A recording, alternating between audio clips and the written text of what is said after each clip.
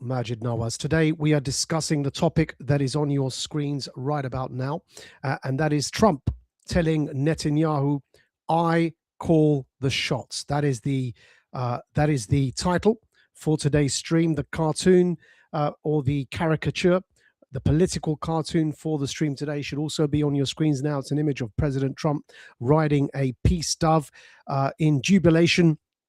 The dove looking somewhat petrified with some missiles floating about in the sky for good measure, and Netanyahu riding behind him, pretty much being taken for a ride by Trump there. We thought that was apt considering Trump's announcement this week, or pronouncement, intervention, perhaps deliberately so, strategically in media to dictate that the peace will occur on American terms in the Middle East, and leaving no room for doubt by telling Netanyahu via media interlocutors straight up, "I call the shots," as he said. So that's the topic of the stream today. We're going to break all of that down for you, demonstrate the clear signals coming from the US administration, where they have basically announced to the world that the peace in the Middle East will come on American terms, and those terms may well diverge from Israeli terms in a surprisingly candid week.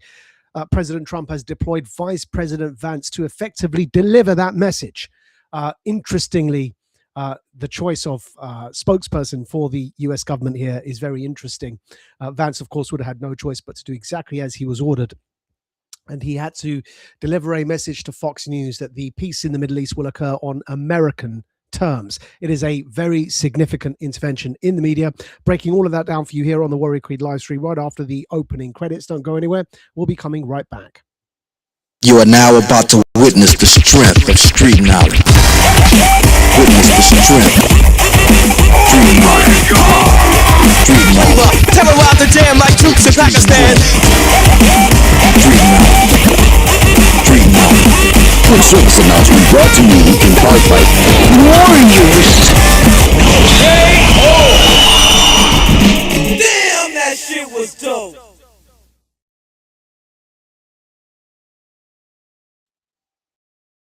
And welcome back to the Warrior Creed live stream. And the topic for today, President Trump has told Prime Minister Netanyahu, "I call the shots," making it clear to the Israelis, to the Iranians, and to the world that peace in the Middle East is currently being negotiated on American terms, and those terms may well diverge from Israeli interests, and that despite that, they will be concluded on American terms. It's an incredibly significant development, one that perhaps is a precursor indeed to peace potentially occurring.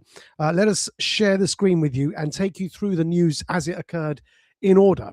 So on your screens now, you should see the title again for today's stream. That is President Trump there saying to Netanyahu, "I call the shots." That originally was reported. Well, prior to that being reported, there was a piece of news that set the scene for that, as reported by the New York Times, and that's on your screens now. We're going to blow that up for you so you can see exactly what started this round of news stories. And it was a surprising announcement by the Pentagon that they raised the risk level of espionage against America by Israel. That, as reported by the New York Times, you can see it. We've just enlarged it on your screens now. The New York Times, the Pentagon has raised its counterintelligence threat level for Israel amid concerns about eavesdropping on US-Iran talks. Now, when that news first came about, it was prior to the latest round of strikes between or exchange of missiles between the Iranians and the Israelis. But the Americans set the terms very clearly, sending a clear signal out before this round of strikes that differentiated their interests from Israeli interests by putting out this news of the fact that they raised their threat level for Israel spying on them in regards to these talks. It was a very powerful signal that the Americans put out, one that was very difficult to ignore. Al Jazeera English then reported it as well. That's on your screens now. We'll just read it for you. You can see it there at the top there. Al Jazeera English reported the Pentagon has raised its assessment of an Israeli espionage threat against the United States to its highest level, according to US media reports citing sources. Now, it wasn't just, curiously, the liberal media or the Arab media that started reporting in this way, but as perhaps one of the strongest confirmations that this was a clear signal deliberately put out by the US administration is the fact that Fox News began to cover the story. So Jesse Waters on Fox posted on his socials the following. We'll show you by enlarging it on your screens now, and then show you his interview with President J.D. Vance, who was rolled out clearly to ensure the message was received. And it's very interesting that Vance was chosen as the messenger. But first of all, this is the post that Jesse Waters used while putting out that interview with Vance. It's on your screens now. Waters wrote, "Must watch.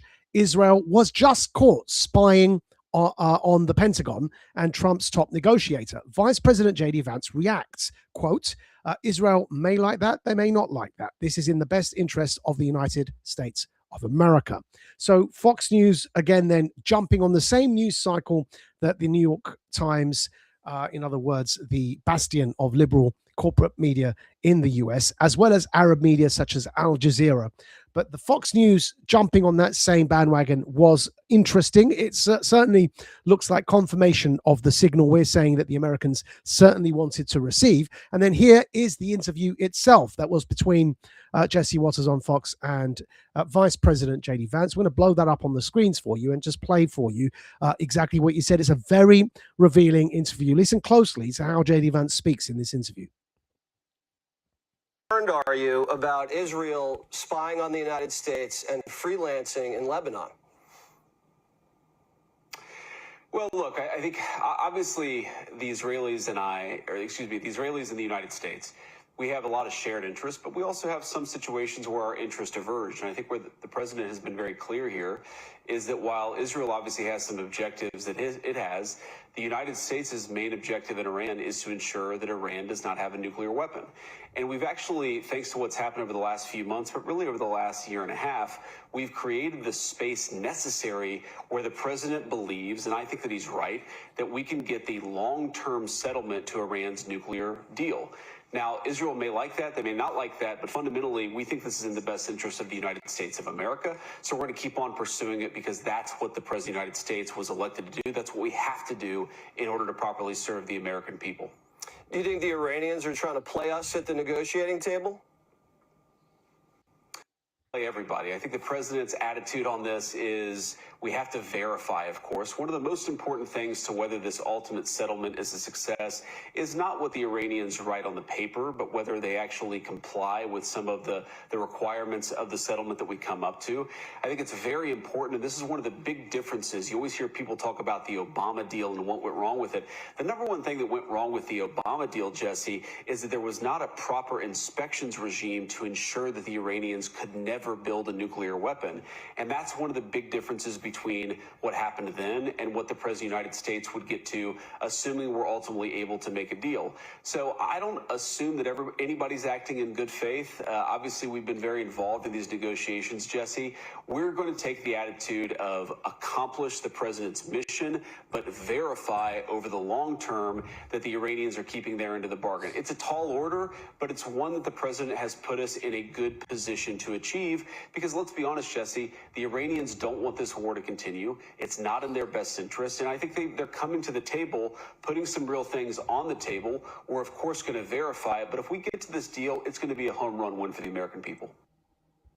Now, what you just saw there was perhaps a incredibly clear and unequivocal, for the first time, statement of policy from the US administration, sending out somebody that you would typically expect to not be clarifying terms in such a way. J.D. Vance has, of course, his entire political career is owed to the PayPal mafia, to Peter Thiel, and to Elon Musk, to the technocrats. But yet here he's been rolled out by President Trump, because let's not forget who the boss is. Let's not forget who he works for, despite who's funded him. At the end of the day, this isn't a joke. It's the United States of America. He will do what he's told. He's not the president. He's the vice president. And clearly what Trump's done here is roll him out. to use him for the purposes of conveying in unequivocal terms that in the negotiations in the Middle East, what the United States government under President Trump chooses to prioritize are American interests, not British interests, not Iranian interests, not Israeli interests, but American interests when negotiating the peace between Iran and Israel, as should be the case. Every government should be representing its own interests and then in good faith negotiating with other governments that are representing their own interests and then coming to conclusions for the purposes of peace. So there's nothing wrong with that policy. Of course, the problem has been that there has been significant doubt cast over whether or not under President Trump they have indeed been pursuing that policy, accused as they are of succumbing to pressure from the so-called Israeli lobby, and of course being accused of being in Israel's pocket. But this is making or setting out in very clear and unequivocal terms that the US administration under President Trump chooses to be viewed as having its own agenda in the Middle East, as setting its own terms, and of being the lackey of absolutely nobody. Now, doubting Thomases will respond at this point by saying, but that's just good cop, bad cop. President Trump had to do that because he faced a backlash for going to war with Iran, against Iran, with Israel in the first place. And so the only reason he's putting these messages out now is to try and placate those who, from his own base, responded to the fact that he even joined the war in the first place in such disgusted terms. He's suffered significantly among his own base, people who previously perhaps weren't on the other side of this to him, such as Tucker Carlson, are now perceived to be perhaps even anti-Trump in their rhetoric. So Trump has felt the sting of going to war with Israel against Iran and has needed to about turn.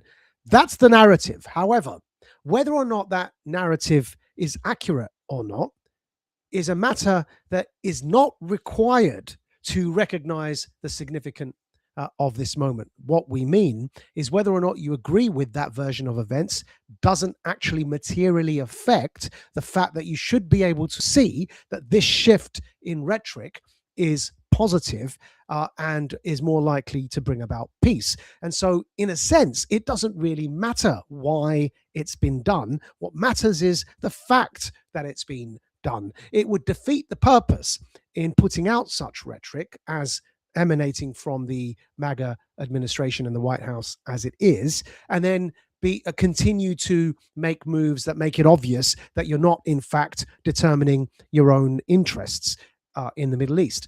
It would defeat the purpose. It would look even weaker. So one can logically conclude that the fact that this kind of message has been put out by the US administration, that they intend to at least adhere to the perception publicly through publicly verifiable moves that they will make, that they are setting their own terms in the Middle East, that those terms are in fact in America's interests. So what one can expect to see after an announcement like this is a reflection of that announcement in the moves made and the policy terms set by the United States of America in the Middle East. And of course, that we are going to argue for the rest of this stream is precisely what has transpired. President Trump has made it absolutely clear that his interests in the Middle East are American interests, and that for the purposes of his policy, at least, it will be American interests that dominate, not Israeli interests and not Iranian interests. And the critics of President Trump only ever wanted to bring this conclusion about. Well, if this conclusion has come about, regardless of why it came about, they should surely right now be celebrating this moment. Of course, regulars here at Radical Media will know that we've never, in fact, doubted that that's always been the case. In the written version of this stream, when we publish it tomorrow, we will, of course, republish some of our older dispatches with titles such as "Netanyahu is a liability for Trump," and demonstrate that right from the beginning of Trump's second term, President Trump has had it very clear in his policy red lines that he will be representing American interests in the Middle East and not Israeli interests. If you recall, the last time this happened during that limited, was it 10 or 12-day war, when President Trump went on live cameras and began shouting at Netanyahu, telling him to stop the madness and stop the bombing immediately. Netanyahu, of course, subsequently did stop the bombing. If everybody remembers that moment, it was already clear by then, a good few months, if not a year ago, that President Trump was beginning to make it, perhaps for the significantly for the first time in America's history, this president in particular, President Trump, would not shy away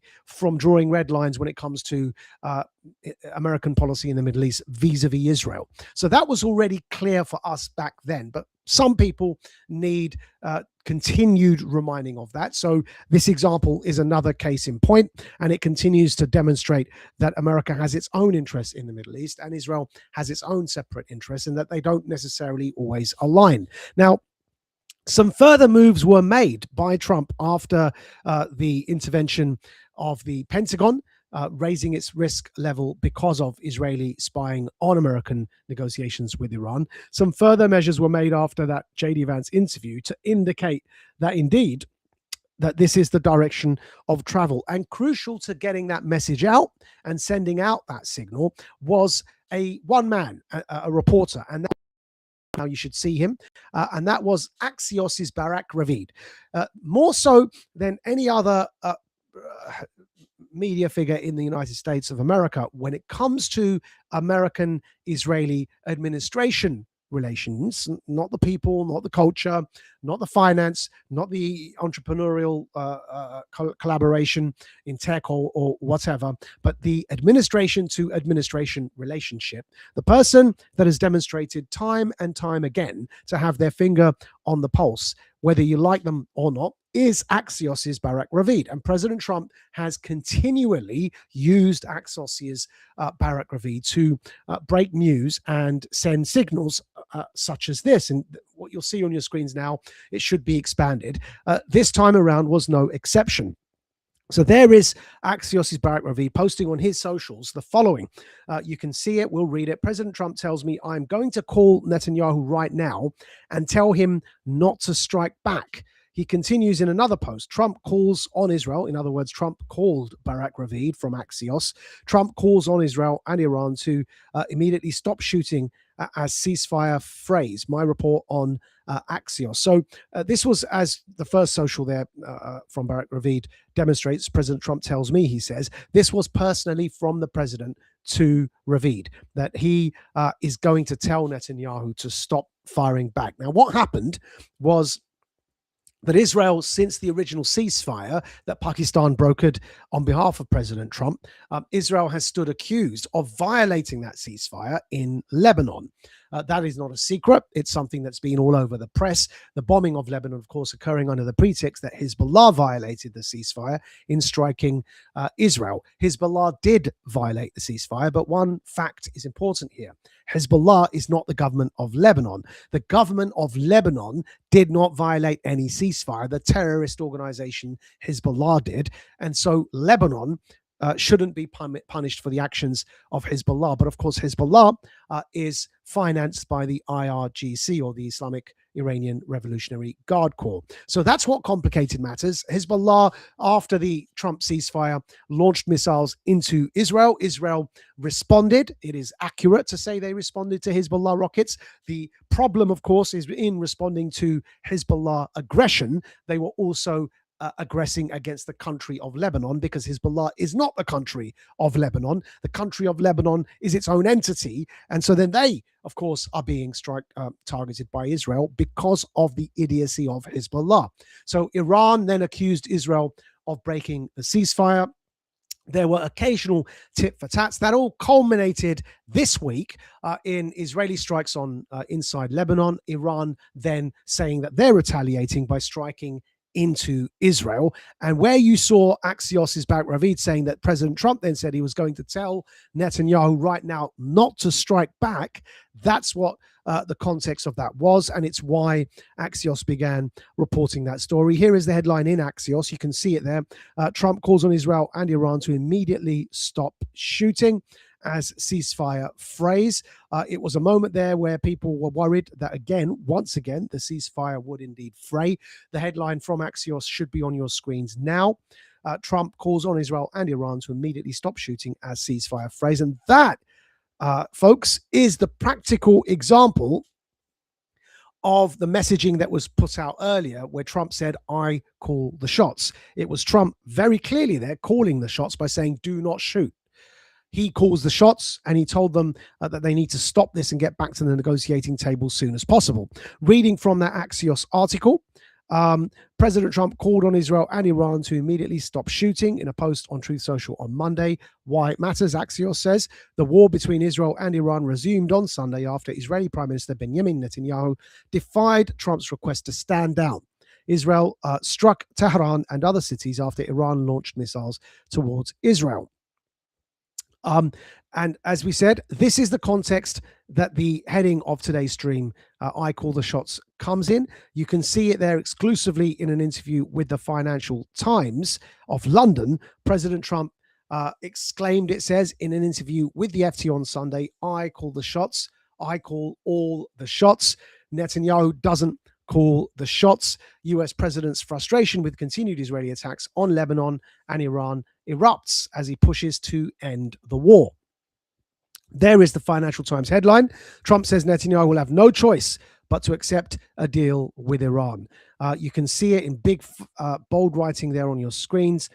We're just going to enlarge that for you so you can get your fair share of it. But it is in unequivocal terms exclusively to the London Financial Times. Trump says Netanyahu will have no choice but to accept a deal with Iran. This is Trump calling the shots. This is Trump establishing dominance. This is Trump signaling through his administration that peace in the Middle East will be negotiated on American terms and that there is no two ways about it. Again, Fox News is towing the line here is a very clear signal that indeed this is the Americans leaving no room for doubt that this is the direction of travel of those negotiations. So enlarged on your screens now is Fox News's own reporting on that FT article.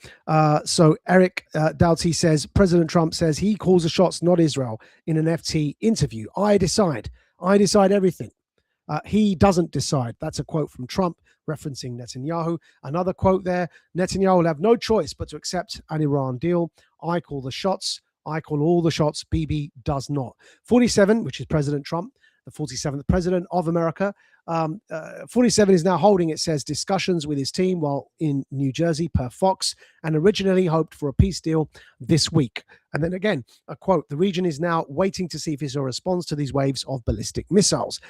Here is Fox News reporting on this development. President Trump calling the shots and dictating the terms for a peace in the Middle East. We're just going to play this for you now. This, and he is holding consultations with his security team, I am told by a senior U.S. official. And I asked the president about the Israeli strike on Hezbollah in Beirut earlier today. He told me that was not coordinated with the United States and that he is not happy about it. The region is now waiting to see if the Israelis will respond to these waves of ballistic missiles that targeted their northern cities, including the third largest Israeli city of Haifa. But what we saw earlier today, an effort by the Israeli air defense systems to shoot down the incoming fire. Tonight, we can report that Iran's foreign minister is speaking with regional counterparts about the situation right now.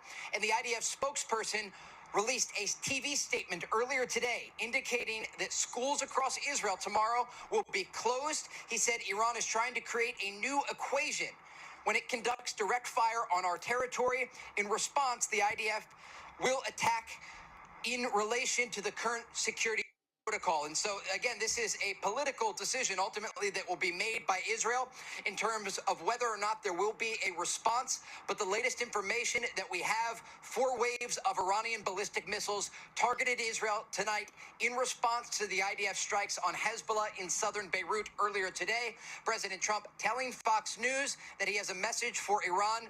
He says, you've shot your missiles. That's enough. Get back to the table and make a deal. God.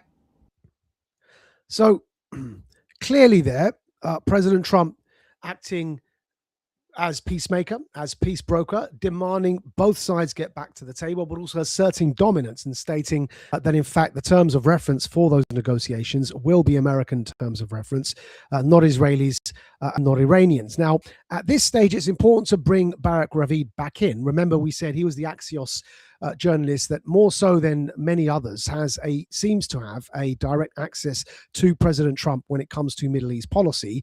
Barak Ravid, subsequent to Trump dictating that he calls the shots, Barak Ravid going, and that should be on your screens about now. If we can pull it up there, yep, there it is. And if we enlarge that so you'll be able to see what we're reading to you as well.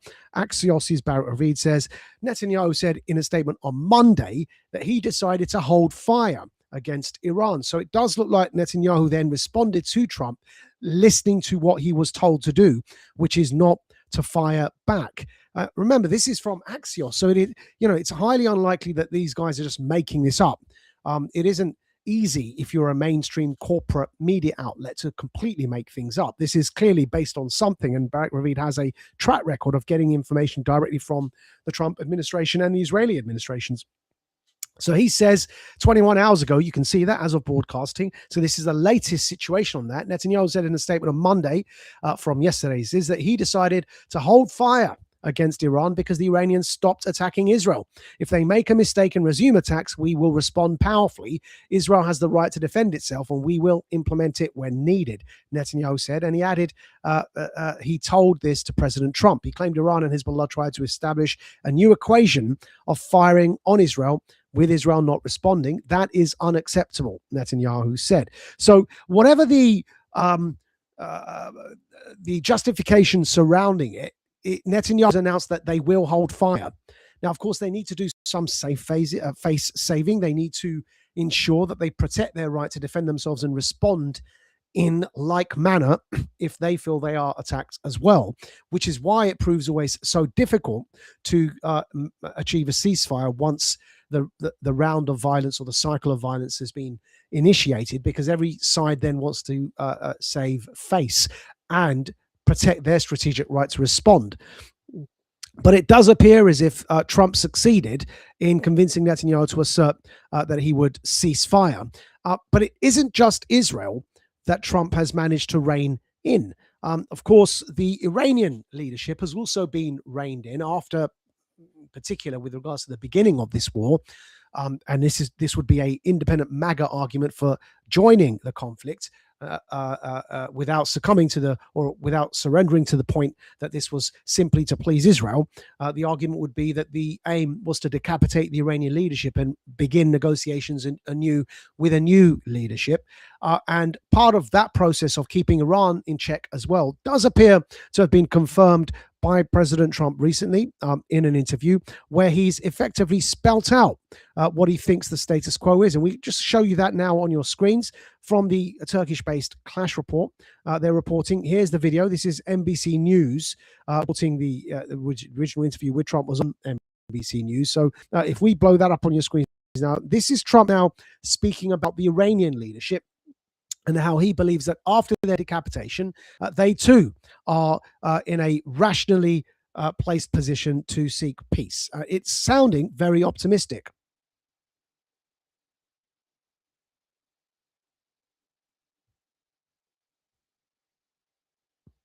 You just referenced the 13 Americans who were killed, and I want to know what your red line is.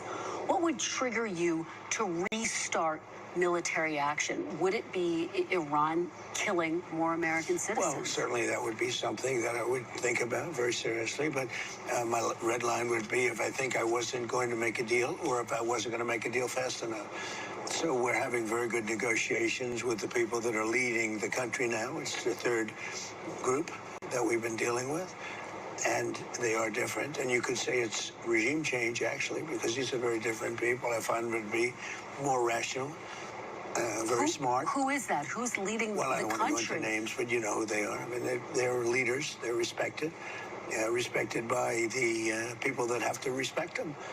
They are calling the shots. We know that because we see it through various tests that we've given. And that makes it clear. President Trump there stating that this is the third time the leadership has been changed, but he does believe he's been speaking to a very rational leadership, making it clear that he believes the end result of these conversations will indeed be a peace negotiation. And so that is, again, cause for optimism. And Trump, again, stating that an agreement will definitely be achieved is something that he said on Meet the Press, where again you're going to see President Trump seeming relatively optimistic that the end result of all of this will indeed be a deal. So again, this should be on your screens now, and we'll just play it for you to listen for yourselves. Military exercise, because people would rather have it called that. It's not a big war for us. It's not really the most powerful military in the world. I built it, frankly. I built it in my first 4 years, and I'm using it a little bit in my second 4 years. Their Navy is gone. Their Air Force is gone. Their anti-aircraft is gone. They might have built it up a little bit over the last 4 weeks during this little ceasefire that we did at the request of some very good people, very, very fine people from, actually from numerous places, as you know, there are a lot of people involved, but from Pakistan in particular, the field marshal and the prime minister. And we're very close to having a deal. And if we don't have a deal, we'll do it one way or the other. Either way, we win. We are, it said, very close to having a deal. If we don't get it done, we'll do it one way or the other. Either way, we will win. President Trump sounding very optimistic indeed that an end is in sight when it comes to this Iran conflict. He says we are very close to reaching an agreement, and if we can't reach an agreement, we will resolve this issue. In any case, we will be the winners. So that's why we remain convinced that peace is coming. President Trump has reasserted that peace will be on American terms. There will be American dominance. And on your screens now is an announcement made by the White House confirming our view that peace is coming. They continue to maintain this line. There it is. The White House posted a Truth Social from President Trump. And if we just read the Truth Social, you can see what Trump has said. He says both sides, Israel and Iran, are looking to do an immediate ceasefire. Final negotiations on peace are proceeding, subject to ignorance or stupidity getting in its way. The blockade will remain in place and in full force and effect until a final deal is reached. Things should move quickly. Thank you for your attention to this matter, President Trump. So it looks as if, and it, clearly with the caveat there that anything could happen, but of course, President Trump has caveated it himself in his Truth Social post. Again, we've enlarged that for you now so you can see it. So with the caveat, barring ignorance or stupidity, as you can see, Trump has said a thing should move very quickly. For what? Towards a final deal. Thank you for your attention to this matter. That is at the bottom of that Truth Social post there. Things should move quickly. So it does look like we are near the end of the saga. A peace deal in the Middle East negotiated, as you just heard there, by Pakistan on behalf of the Americans between Israel and Iran. A grand regional settlement for peace is very nearly achieved, and on that day we shall rejoice. So perhaps by next week we'll have some good news for you on this stream, but either way we are very nearly there, and that is it can only be good news. All those critics of President Trump who claimed that he couldn't do it, that he was in Israel's pocket, that the Israelis would never allow it, that the Iranians would never trust it. Well, let's see. Let's see what happens. It does look as if American Trump is asserting dominance and stating to the Israelis that it doesn't matter what they want. This is a peace that will occur on American terms. And the markets also seem to be receiving this message as well. So Bloomberg, curiously, also reported on that optimism, which is an interesting report to share because, of course, Bloomberg represents the mainstream version of the markets, at least.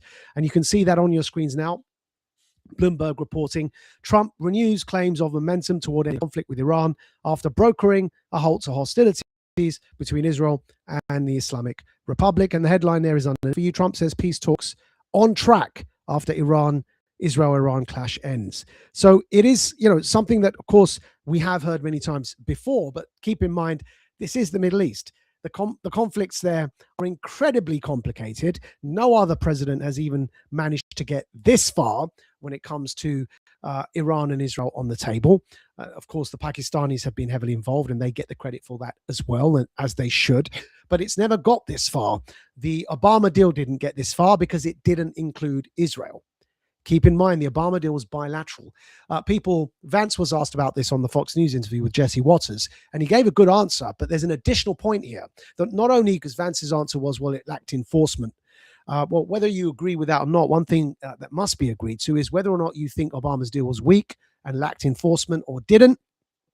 It certainly didn't have the Israelis on board. And that's the difference this time around. President Trump has the Israelis on board in these negotiations with the Iranians, brokered as they are by the Pakistanis. So if this is achieved, it will be the first time in history that you'll have an Iranian-Israeli deal, with the Israelis agreeing to the deal, with under the auspices of Pakistan and America.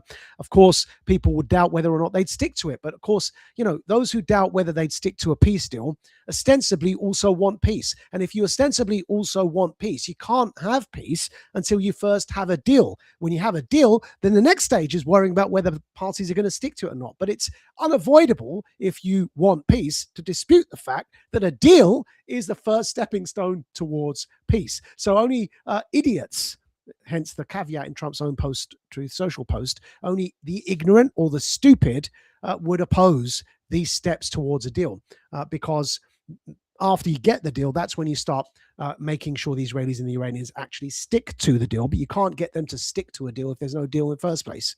I mean, that is obvious, surely, but obviously in today's day and age, people reject the obvious, even though it's bloody obvious. Now, to conclude on this, why do we think that there will be, it's highly likely that the deal will be adhered to? Well, because, folks, opinion is turning very, very quickly against war and against, even inside Israel, against opinion that seeks to prolong the war. And we're going to show you a couple of reports in that regard. So on your screens now is an interview, as reported by the Clash Report, from Israelis, everyday Israelis in the street. This is a pop. So, of course, do keep in mind that these aren't always necessarily statistically representative, but they do give taste and a feel of the vibe as it currently is. And take a listen to these everyday Israelis and their reflections on the status quo as it is.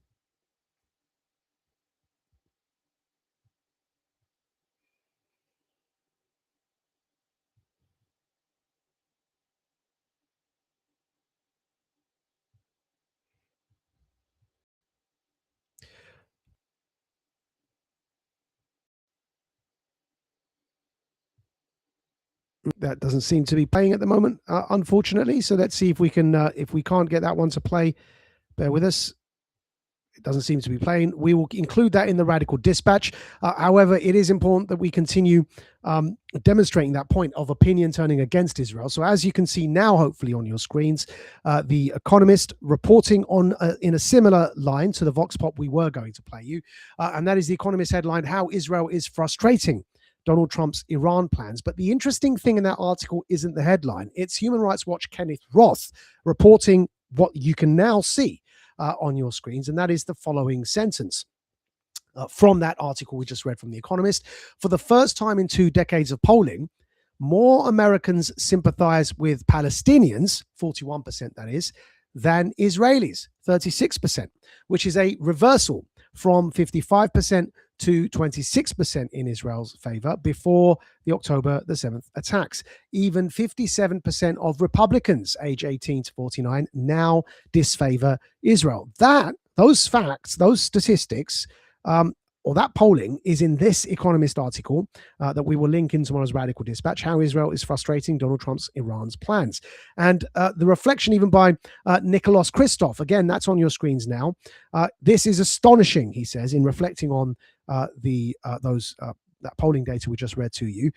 "This is an astonishing turnaround in public opinion, one of the legacies of Bibi Netanyahu. And because it is most evident among younger Americans, it is not yet fully felt in the political system." And that really drives home the point. Sorry we couldn't play that Vox Pop for you, but those figures really do drive home the point that because opinion is so badly turning against Israel in America in prolonging this war, it is likely that any ceasefire Trump negotiates will stick.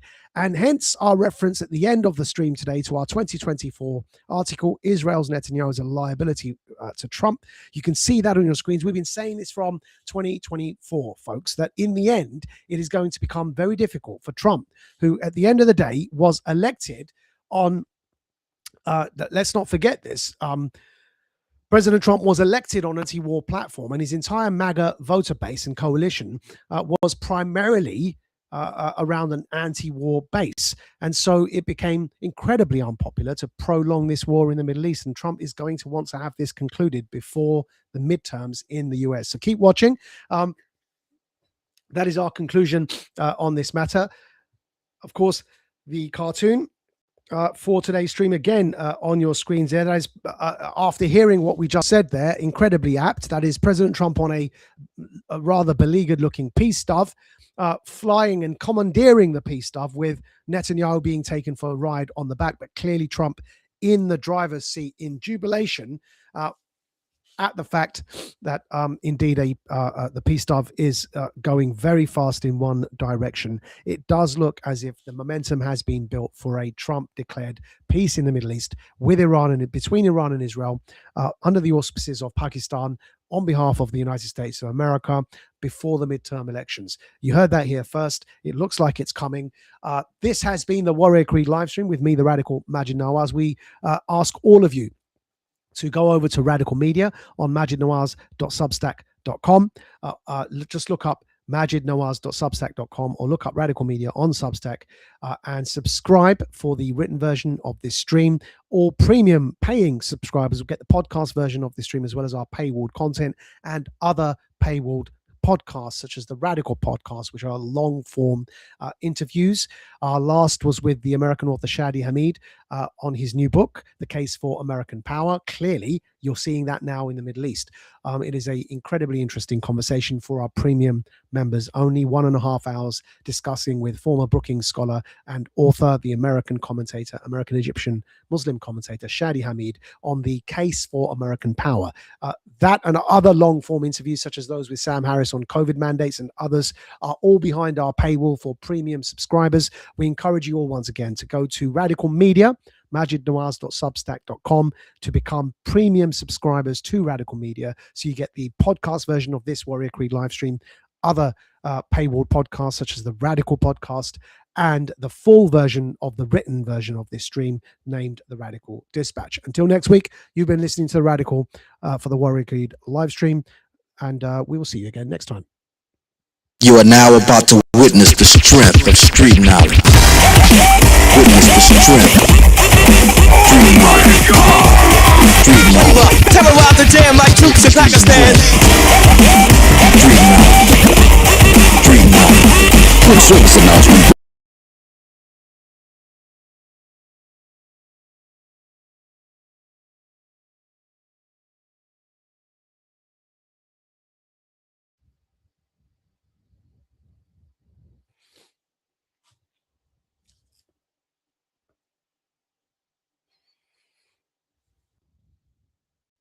You are now about to witness the strength of street knowledge.